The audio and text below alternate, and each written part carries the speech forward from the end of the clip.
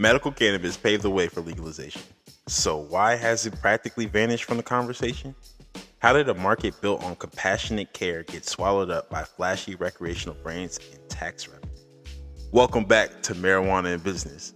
I am your host, Christian J. Harris, aka The Cannabis, breaking down the industry. Let's dive into how the recreational market devoured medical cannabis and what that means for the industry today. In the late 90s, medical cannabis was the driving force behind legalization. California's Prop 215 became the first medical cannabis law in the U.S. in 1996. This was a personal mission pioneered by Dennis Perron. His partner, Jonathan West, was dying of AIDS, and he found comfort in cannabis, which led to an ease of pain, increasing his quality of life. His progress pushed the couple into the fight for the right to use cannabis, moving legalization forward and opening the door for patients suffering from conditions like cancer, HIV, and AIDS. Compassion was embedded into the early movement, as dispensaries operated as community hubs, tailoring menus and operations towards patients' health. The focus was on wellness and education. Everyone that walked into the door was an opportunity to heal, not profit from. Without this medical movement, there is no momentum behind the legalization efforts, period. So when did recreational cannabis take over? Legalization was handed down to the states with pre-existing medical markets. Poorly written legislation allowed the markets to bleed into one another. When profits and tax dollars took precedence, medical was swiftly pushed aside. Simply put, recreational consumers vastly outnumbered medical patients, making rec sales the priority for businesses like multi-state operators, allowing for corporate takeovers throughout entire markets.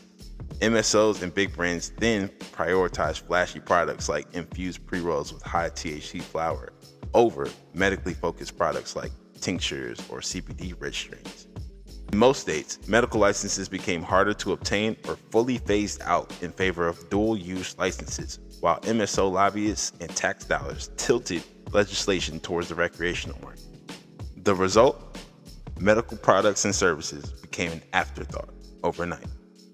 The recreational market has expanded product SKUs, allowing consumers to enjoy more choices, while the medical patients are being left with scraps.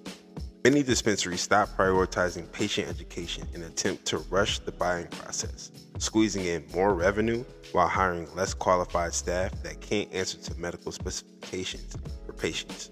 Stores even removed medical-only staff and shortened hours. Medical dispensaries are known for a wide variety of products like tinctures, topical salves, and quality edibles for low prices. Recreational products are geared toward high THC over CBDs with specific cannabinoid ratios. Rec shops are notorious for high prices and low quality. Tack on the taxes, lack of consistency, and the need to appeal to recreational users, the buying experience abandons the patients who once drove this movement. Even in a dark cloud, there's a silver lining. There's still a need and an opportunity for medical cannabis to thrive. Globally, countries like Israel and France are leading medical cannabis research, paving the way for new products. As federal legalization looms, new markets will open up, allowing medical companies and niche brands to bring a unique focus back towards the medical industry.